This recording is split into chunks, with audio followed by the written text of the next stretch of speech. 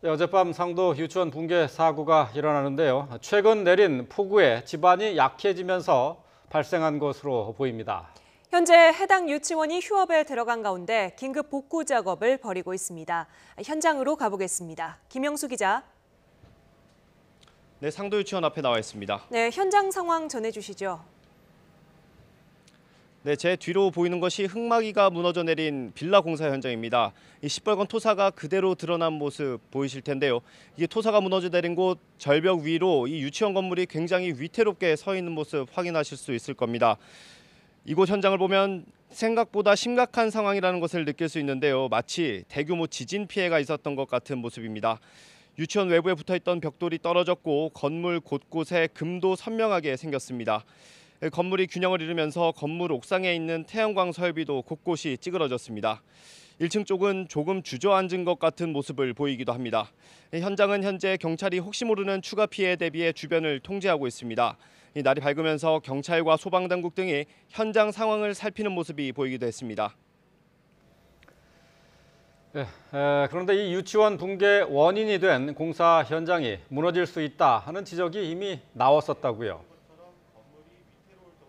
네, 그렇습니다. 지난 3월에 이미 한 차례 현장 조사가 있었고 붕괴될 수도 있다라는 지적이 있었다는 주장인데요.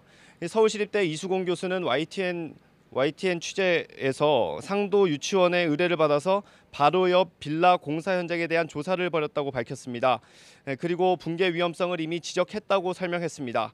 이 교수는 또 당시 자문 의견서를 통해 공사 현장의 지질 상태가 취약하다며 철저한 대비가 없으면 무너질 가능성이 있다고 지적했습니다. 이어 지질 조사를 수행한 뒤 공사가 진행 중인 굴착 사면의 안전성을 재검토하고 보강 대책을 마련해야 한다고 자문했습니다.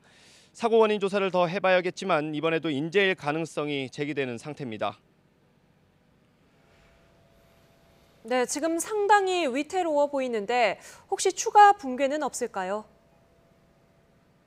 네, 사고 직후에 새벽 3시 반쯤에 이제 전문가들이 이곳을 현장을 둘러봤습니다. 이후 바로 브리핑을 했는데 일단 현재까지는 대부분 대규모 붕괴 우려는 없다고 설명을 했습니다. 이미 건물 한 동이 많이 무너졌지만 그 상태에서 수평을 이루며 버티고 있다는 건데요. 앞으로는 주위에 흙을 쌓아 나가서 혹시 건물이 완전 붕괴되거나 무너진 건물 일부 파편이 떨어질 때 충격을 줄이는 작업을 진행해야 한다고 밝혔습니다. 다만 유치원 건물의 복구는 어렵다고 설명했습니다. 기울어진 건물의 기둥이 모두 파괴됐기 때문입니다. 다만 건물 2동이 연결부로 이어져 있는데 나머지 한 동을 복구할 수 있을지는 조금 더 지켜봐야 할 것으로 보입니다. 지금까지 상도 유치원 사고 현장에서 YTN 김영수입니다.